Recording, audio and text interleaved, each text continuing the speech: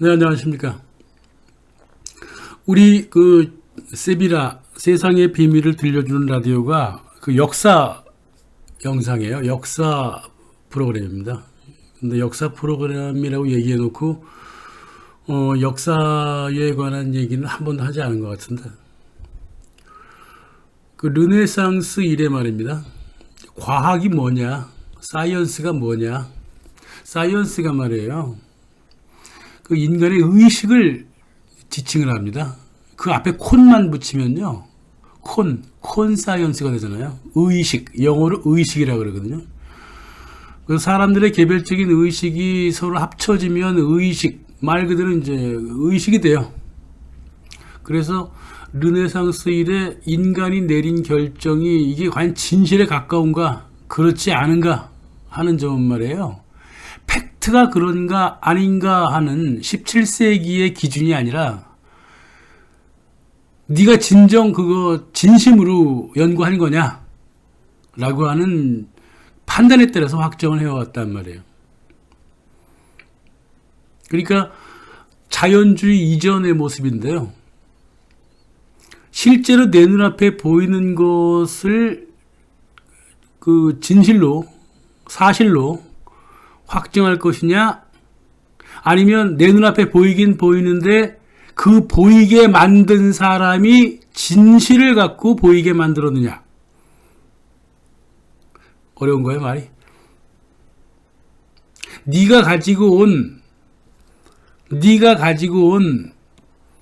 물건이 내가 눈으로 봤는데 그 물건이 진실인가 아닌가는 그 물건 자체에 있느냐, 아니면 물건을 가지고 온 사람의 의도에 있느냐, 뭐를 진실의 기준으로 봐야 되느냐, 이 문제란 말이에요. 그래서 르네상스 때는 말이에요, 물건을 가지고 온 사람의 진실성을 두고 물건의 진실성을 판단을 했다 말이에요. 그게 시간이 흘러가면서 이제 가지고 온 사람은 뒤로 빠져버리고 그 물건이 거기 있느냐 없느냐 그것만 보고 판단을 했다는 거죠.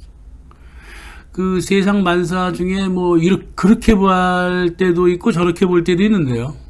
예. 살다 보면 그렇잖아요. 가지고 온 사람을 믿을까 아니면 갖고 온 그 물건을 믿을까. 그러나 역사라고 하는 거나 또 과학도 실은 어떻게 보면 또 그런 것도 있는데, 가지고 온 사람의 마음을 좀 읽어보자는 건데, 그래서 과학적 결과보다 인간의 그 과학적인 행위를 먼저 판단하면 그 과학적인 결과의 그 진실성을 판단할 수 있다. 이게 르네상스 이후의 그 과학의 특성이에요. 과학을 판단하는 기준이에요. 근데 그 기준이 이제 프란시스 베이컨의 경험론, 그리고 또 말 푸는 거, 데카르트의 관념론적 판단에 따라 가지고 가지고 온 사람의 진실성에 대해서는 판단하지 않게 시작했단 말이야. 그래서 우리 이 세비라의 기본적인 판단은 뭐냐면, 이 역사를, 이제 과학을 역사로 본다면 말도 안 되는 거지만 하여간 연구 대상이 역사니까, 역사를 바라봤을 때 그 역사의 흐름을 보는 게 아니라, 역사적 사실을 보는 게 아니라 그 역사를 이끌어온 사람들이 누구인가를 먼저 판단한 다음에 역사를 바라본단 말이에요. 그러니까 가지고 온 물건과 가지고 온 사람을 둘 다 바라보겠다는 거예요. 예. 그러지 않으면은 우리가 진실에 가까이 갈 수가 없죠. 자, 먼저 이제 서양사를 한번 잠깐 살펴보면, 서양사는 12세기 이전에 고본이 거의 없어요. 그러니까 옛날 본이 없다고요. 12세기 이전에. 실은 동양도 그런 편 아닌가요? 그 책이 살아남아 있지 않다고요. 그 예전에 있던 책을 밤새 손으로 뺏겨. 그런 사본들이 좀 남아있죠. 동양사회는 말입니다, 특히나 이 동이족, 한국이라 그러잖아요. 한국 사회는 필서 문화가 굉장히 강했습니다. 이 필서 문화가 강한 나라가 그렇게 많지 않아요. 필서 문화가 강한 나라가 이제 한국이 있었고요. 뭘 자꾸 써서 남기는 거야. 그리고 네덜란드 쪽에 있어요. 프랑드르 쪽에 주로 필서 문화가 있었고, 특히 근대 들어서는 이제 프로이센, 독일에 필서 문화가 많이 남아 있습니다. 또 필서 문화라기보다는 이제 아주 기록을 좀 많이 남기고자 하는 그런 문화가 동아시아에서는 글쎄 한국이 제일 세요. 예, 일본도 조금 있고 중국도 뭐 있긴 있습니다만 한국이 좀 세고, 서양 같은 경우는 이제 네덜란드하고 독일 쪽에 좀 있단 말이에요. 이탈리아, 프랑스, 뭐 스페인, 뭐 영국 뭐 이런 사료들이 있잖아요. 이건 다 어디서 뺏긴 것들이에요. 그래서 모든 역사라고 하는 거는요, 역사는 어떻게 공부하냐면 먼저 책을 읽어요. 먼저 책을 읽고 그 책에 나온 뭐 장소라든가 뭐 물건이라든가 인물이라든가 그걸 이제 고고학적으로 검증해 나가는 거예요. 뭐 처음부터 아무거나 붙잡고 검증할 수는 없잖아요. 그래서 일단 책을 먼저 읽고 그리고 고고학 검증을 거치는데요. 그 책 자체가 잘못되어 있단 말이야. 그러면 무슨 일이 벌어지겠어? 고고학적 검증을 하려고 그러면. 트로이 전쟁이라고 있잖아요. 그 시에 나온 내용이잖아. 트로이 전쟁이라는 게. 그러니까 트로이의 목마 이런 거 있잖아요. 그 책에 나와 있는 거야. 잠깐 시에. 그거 실제로 찾겠다고 난리치는 거잖아요. 트로이가 어디에 있었느냐. 막 그거 아무도 몰라 아직까지. 글쎄, 그래요. 뭐 찾아보라 그러죠. 뭐 성경 우리 교인들도 이제 그런 생각 하잖아요. 노아의 방주를 어디서 찾을 수 있느냐? 응? 뭐 터키 어디서 뭐 찾았다 뭐 이런 말도 있고. 일단 읽고 나서 실제에 접근할 수밖에 없는 게 그 역사를 보는 사람, 역사를 접근하는 방법일 수밖에 없어요. 그래서 무슨 물건을 먼저 발견하고 나서 역사를 추적해 들어가는 이제 고고학이라고 하는데, 그게 이제 한계가 너무너무 명료하죠. 그래서 역사하는 사람들은 일단 책을 읽고 나서 고고학 검증을 거치게 되어 있는데, 책 자체가 잘못되어 있으면 도로나무 타버리단 말이야. 그 자기 인생 그냥 말 그대로 자기 인생 조지는 거예요. 역사 잘못 들어가면. 그러니까 이제 뭐 트로이 목마 공부했던 사람들 뭐 이런 거. 예? 그럼 헬렌을 찾든가 헤라클레스도 찾으러 떠나지 왜? 응? 아킬레우스 찾아 떠나라고.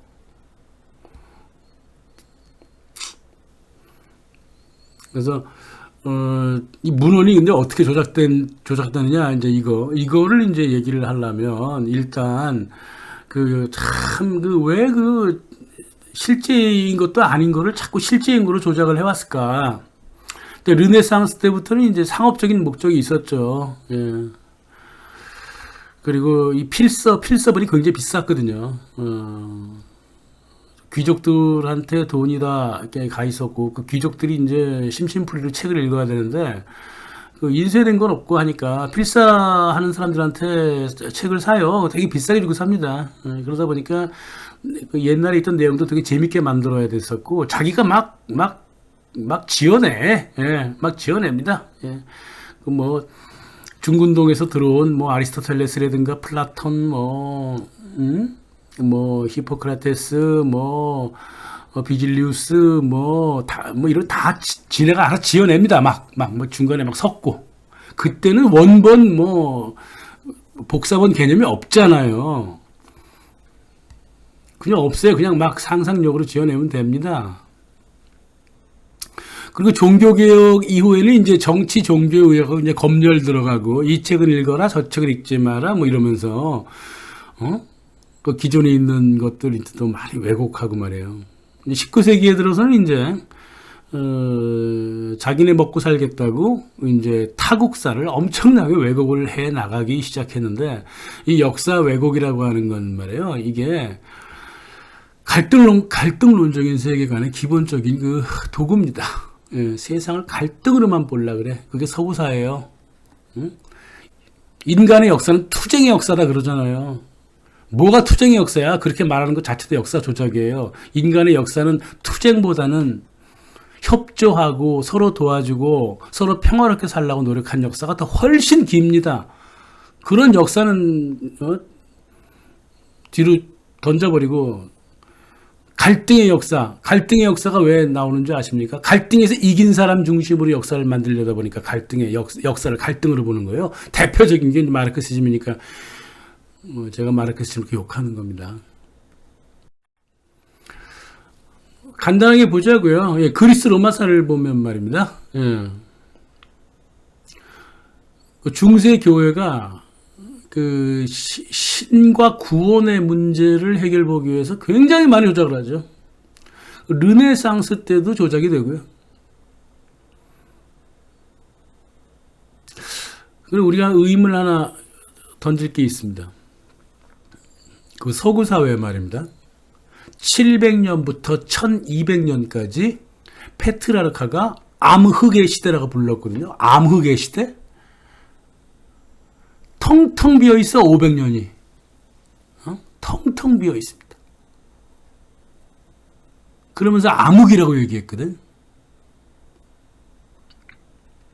그런데 700년 이전의 역사, 예? BC 500년서부터 BC 100년까지 아리스토텔레스며 소크라테스며 플라톤이며 뭐 엄청나. 예? 고전 시대는 그냥 자료가 엄청나요. 이게 말이 됩니까? 아니 말이 됩니까? 안 됩니까? 아니 갑자기 역사가 사라져 버린 거야. 700년서부터 1200년 역사는 사라지고 대신 기원전 역사는 엄청나게 많아. 이 말이 되냐고요, 이게. 게다가 그리스 로마 신화 읽어보셨어요? 아가멤논, 제우스, 그 난리 쳐놓고서는 거기에 또 소크라테스, 아리스토텔레스 같이 나와. 어떻게 신화하고 과학이 같이 공존하지? 그 참으로 희한한 시대예요. 예? 이 시대를 진짜 믿어야 됩니까? 다시 말해서 플라톤, 아리스토텔레스, 소크라테스, 세네카 이걸 믿어야 될까요?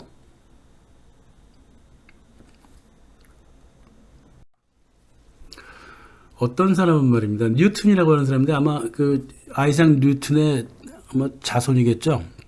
뉴턴이라고 하는 사람이 문제를 제기하는데 700년부터 1300년까지 월식의 속도가 되게 빨랐는데 당시 사람들은 그 월식의 속도가 정상적인 시간인 줄 알았어. 다시 말해서 금방 여름이 오고 금방 겨울이 오고 그래서 원래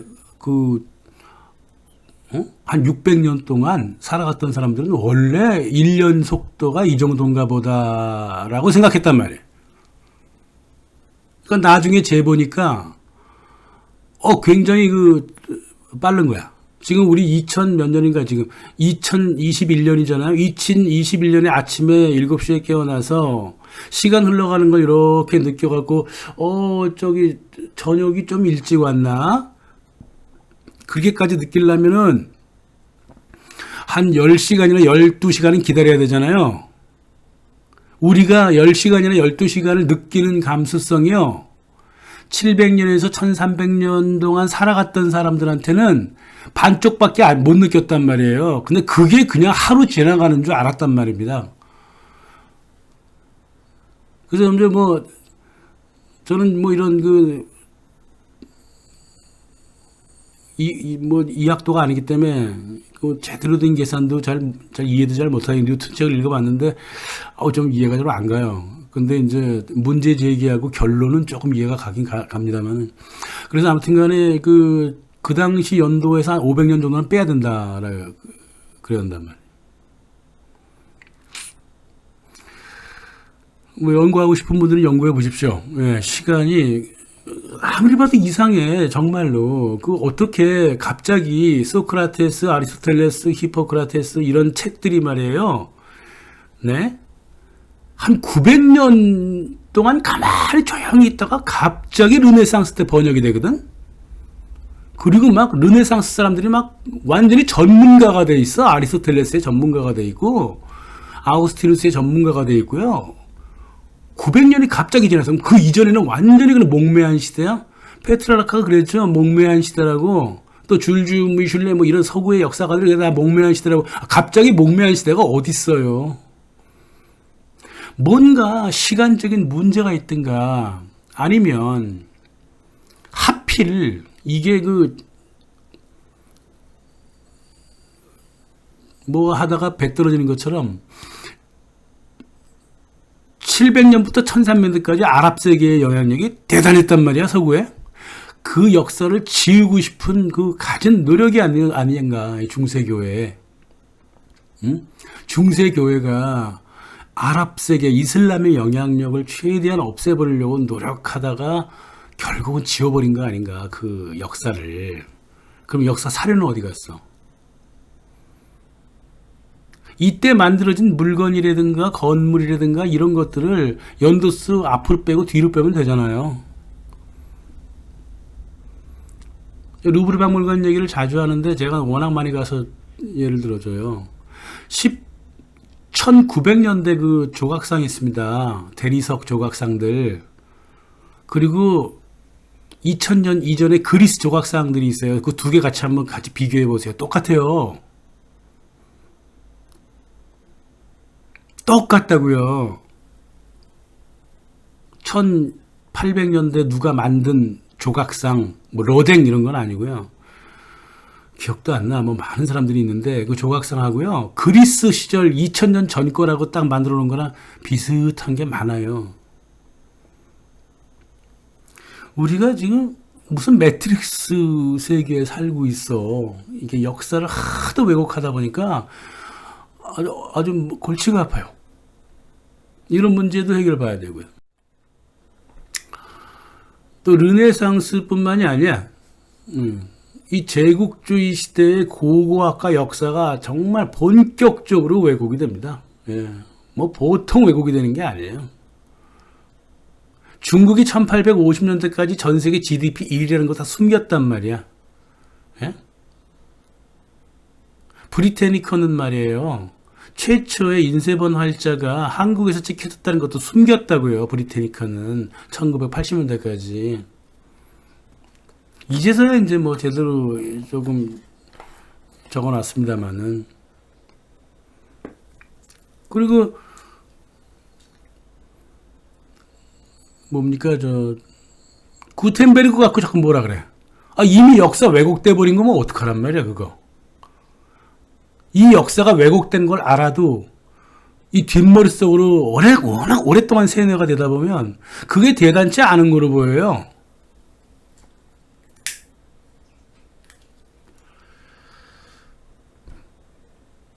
물론 그게 이제 인쇄가 그 모바일이냐 아니면 저게 팔만 대장경처럼 이게 딱 붙어 있느냐 이제 그런 문제가 몇 가지가 있습니다만은. 그래도 인쇄본이 제일 먼저 나온 게 독일의 마인츠는 아니잖아요.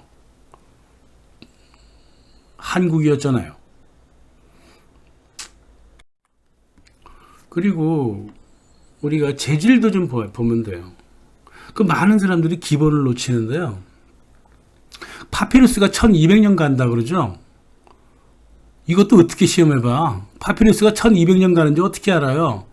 그저 이제 대충 그 예상 추정치 하는 거죠. 하지만 한지 있잖아요. 한국의 한지. 그거는 1000년 가잖아요. 그거는 실제로 있었단 말이에요. 그거는. 한지처럼 생생한 그런 게 아니에요. 이 파피루스라고 하는 게. 거의가 다 찢어지고 낡아지고 깨지고 부서진 것들이기 때문에 한지처럼 원본을 그렇게 좀 비교적 유지한 게 별로 없어요. 양피지가 1500년 간다 그러죠. 네, 양피지 저거는 맞아요. 네, 양피지는 이제 중세까지 계속 써왔기 때문에 1500년의 그 연도수는 계산할 수 있죠. 양피지. 그리고 일반 종이 100년 간다고요? 보존 상태에 따라 다르고 잉크는 또 어떻게 될지 몰라요. 잉크가 어떻게 또 얼마만큼 사라질지도 모르잖아요. 현대 거 있잖아요. 그 옛날에 CD 있어요. CD가 20년이 가고 말이에요. 빙글빙글 그 테이프로 돌아가는 게 30년 가고, 하드가 한 6년 간다 그러던가 그러죠? 하드가. 그러니까 최소한 5년 정도 되면 그 세이브를 계속 해놔야 돼요. 백업을 계속 해놔야 된다고. 근데 요새 컴퓨터 백업 뭐 지네가 알아서 한다고 하지만 이게 하드에 대한 저장해 놓는 게 좋죠. 그래서 웬만해 중요한 거는 종이에다가 적어 놓는 게 제일 좋아요. 그게 100년 정도는 가니까요. 인쇄를 해 놓으시라고. 100년은 가니까. 그래가지고 습기 없는 데다가 이렇게 놔두면, 저희 아버지 일기요. 아기 때 썼던 일기요. 지금 90년 가는데요. 그렇게 안 변했더라고요. 잘 이렇게 보관을 잘 하니까요. 그래서 또 한국 종이가 또 워낙 좋아서. 그래서 이렇게 종이 위에다가 써져 있고, 하물며 양피지에 써 있는데, 그 1500년밖에 안 가는데, 그 필사가 안 됐겠냐고요. 종이 같으면은요, 2000년 전 거라고 한다면, 2000년 전부터 뭐 종이를 썼다고 한다면, 100년 곱하기 20, 20번을 필사를 해야 되잖아요. 그 사이에 왜곡이 없었겠냐고요. 그래서 아리스토텔레스의 그 정치학 있잖아요. 처음에 발견된 그 필서본이 200년이라 그래요. 서기 후 200년. 그리스에서 발견됐다 그래요. 박살이 나서 찢어져 있잖아요. 찢어져 있는 거잖아요. 이거 보고서는 어떻게 아리스토텔레스를 논했을까? 그러지 않았죠. 사람들 이 아리스토텔레스 원본 보고 얘기하는 거 아니에요. 플라톤의 국가론도 그래요. 그 수기본이 들어서 바다 적은 처음에 나타난 그 파피루스에 나타난 게 그 서기 후 300년이라는데 이집트에서 발견됐다는데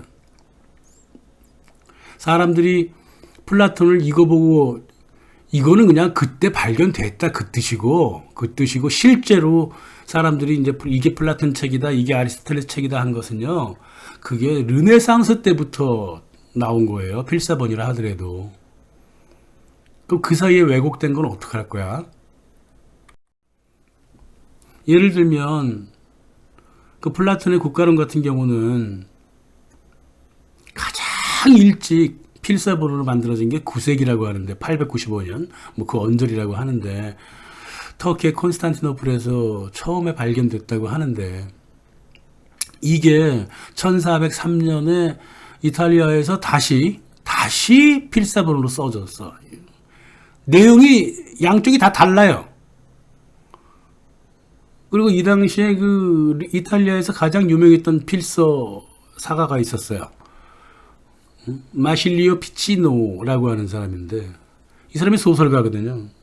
상상력이 대단한 소설가입니다.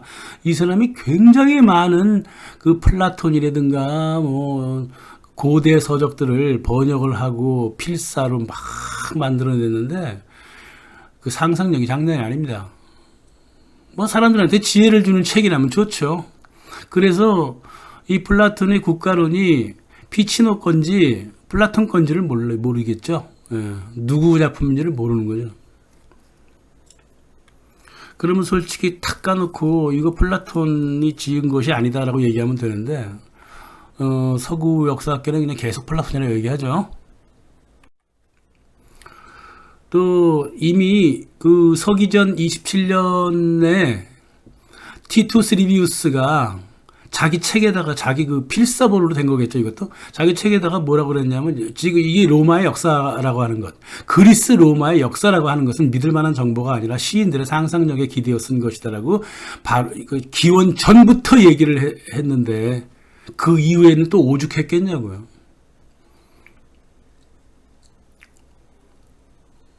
이 로마사라고 하는 것도 142개의 목차가 있다가 35개 목차인데 이게 필사하면서 계속 추가되고 수정되고 삭제되고 그랬단 말이에요. 또 갈리아 전기 그 시저가 그랬대잖아요. 왔노라 보았노라 뭐 어쩌고 저쩌고. 그거 처음 필사본이 1487년에 발견된 거예요. 갈리아 땅에 왔더니 프랑스 땅이잖아요. 프랑스 땅에 왔더니 이렇다 저렇다 그 1487년에 봤던 프랑스 사회를 이렇게 보면서 얘기한 거 아니었을까? 그게 갈리아 전기도 믿을 바 없다는 거잖아요. 그러니까 이제 말로 구슬만 되던 것이 이제 문자로 옮겨질 때 여러 문제가 생겨요. 문장이 막 바뀌고요. 막 단어가 막 뒤섞이고요. 어휘 문법 막 바뀌고요. 원본 출처 뭐 어디 있는 건지 몰라요. 필사하는 사람이 원본 출처를 뭐 하려고 알아. 알 필요가 없죠.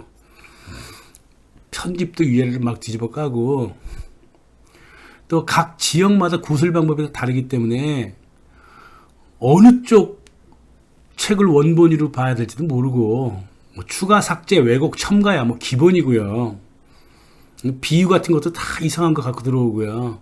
또 말 이쁘게 하려고 하는 것들 막 이런 것들이 마구마구 끼어들어요. 그러니까 앞뒤 논리도 안 맞고 또 여기서 써져 있는 거 저기서 표절하고 저기서 써져 있는 거 이쪽에서 모방하고 이제 그런 것들이 필사본 만들 때 일들이 벌어진단 말입니다. 게다가 책을 팔아야 되잖아요. 되게 비싼 가격에. 그러니까 웬만하면 재밌게 쓰려고 지금 저 유튜브 재밌게 만들려는 것처럼 이제 그렇게 막 마구마구 왜곡을 해댔던 거죠. 또 정치적인 문제도 있어요. 백과사전을 뭐 계몽주의자들이 먼저 만들었나? 예수회가 먼저 만들었죠. 예수회가 만들어지자마자 백과사전 출간에 들어가요.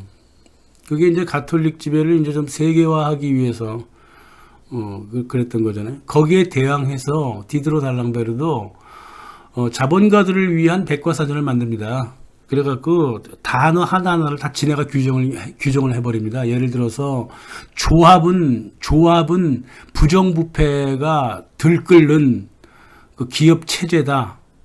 그래서 개인이 운영하는 법인 체제를 만들어야 된다. 뭐 이따위로 써놓고 있단 말이에요. 백과사전에다가 다 지네 멋대로. 그 브리테니카를 왜 만들었겠어요? 대영 제국이 브리테니카를 만든 이유가 전 세계 학문을 자기네 손아귀 안으로 집어넣으려고 백과사전을 만든 겁니다. 그래서 백과사전은 말이에요.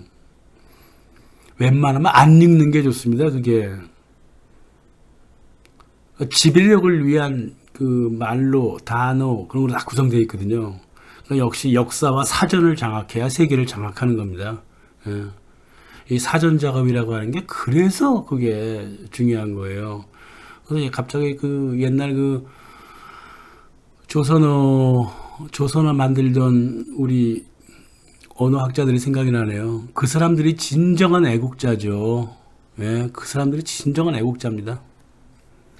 그리고 역사를 한반도 안쪽으로 돌리려고 했던 신채호 같은 분들이 뭐 제24촌 형님이에요. 아, 죄송합니다. 그런 분들이 이제 중요하죠. 그래서 서구 역사학은 말이에요. 이상한 습관을 갖고 있습니다. 이 습관을 말이에요. 조심해야 돼요. 이 서구 역사학은 말이에요. 자료를 어떻게 취급하냐면 좀 증물적이야. 중세 건물에서 반지가 발견됐다. 그럼 그 중세 것이다. 이런. 그리스 섬에서 발굴된 것들은 이제 고대의 것이다. 시저 얼굴이 그려진 동전은 시저 시대의 것이다. 아, 그러면 우리 지금 한국의 그 100원짜리에 이순신 장군 좀 박혀 있는데, 어이구, 옛날 이제 한 1000년 역사 흘러가면, 그 2021년 100원짜리 딱 발견한 사람이, 야, 이거 임진왜란 때 쓰던 동전이구나. 이렇게 될 거 아니겠어요? 물론 이제 극단적으로 얘기하면 그렇다는 거죠. 그런 바보 역사가 어디 있겠습니까만은. 하여간 습관이 그렇게 되어 있단 말이에요. 그래서 조심해야 돼요. 예. 그리고 내가 이거 되게 싫어하는 건데, 국가가 만든 자료는 모든 게 다 믿을 만하다는 거야. 그래서 국가의 명령은 사회에 그대로 실행되었을 것이다라고 하는 국가주의적 정신 상태가 서구의 역사가들 머릿속에 팍 박혀 있다고. 그래서 세계에서 세계에도 더 지네가 말하기를, 세계에서 가장 뛰어난 역사학과를 갖고 있는 대학이 캠브리지하고 소르본 대학이잖아요. 요 두 대학을 보면 말이에요. 박사과정 학생들한테 국가가 제시한 자료만 갖고 오라 그래요. 항상. 그 국가는 그 자료를 falsification 안 했을까? 저기 왜곡 안 했을까? 지금 국가 간의 행태를 가만 보세요. 얼마나 많은 국가 자료가 왜곡이 되어 있을까? 이게 판단이 서는데, 아니, 그렇게 서양 사람들은 그런 식으로, 서양의 대학은 그런 식으로 자료를 판단합니다. 세 번째는 뭐냐면, 이 서양 역사학자들의 근본적인 이 정신 상태가 어떻게 되어 있냐면, 오늘은 어제보다 항상 앞선다는 거야. 이 진보사관인데요, 진보사관. 이 진보사관을 좀 없애려고 그래도 잘 안 되나 봐. 이 습관이 잘 안 되나 봐요. 그래서 역사는 또 단계적으로 발전한다고 하는 이상한 정신 상태를 갖고 있단 말이에요. 그러니까 고대나 중세는 근대보다 뒤졌다는 이상한 정신 상태로 서양사를 기술하기 때문에 또 세계사를 기술하다 보니까 이 승자의 역사일 수밖에 없는 거야. 계속 이 역사가.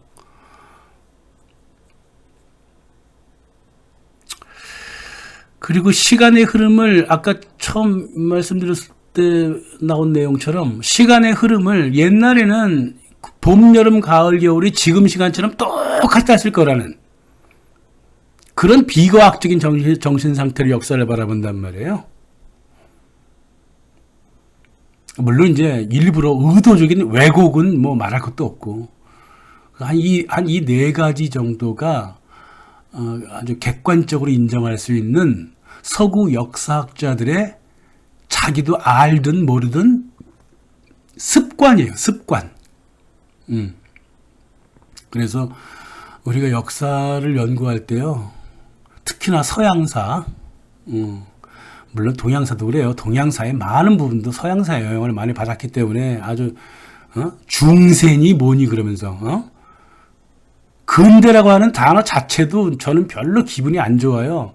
하도 너무나 세뇌가 되다 보니까 할 수 없이 그런 단어를 쓰긴 쓰지만 영 마음에 드는 단어가 아닙니다. 이 근대라고 하는 단어가.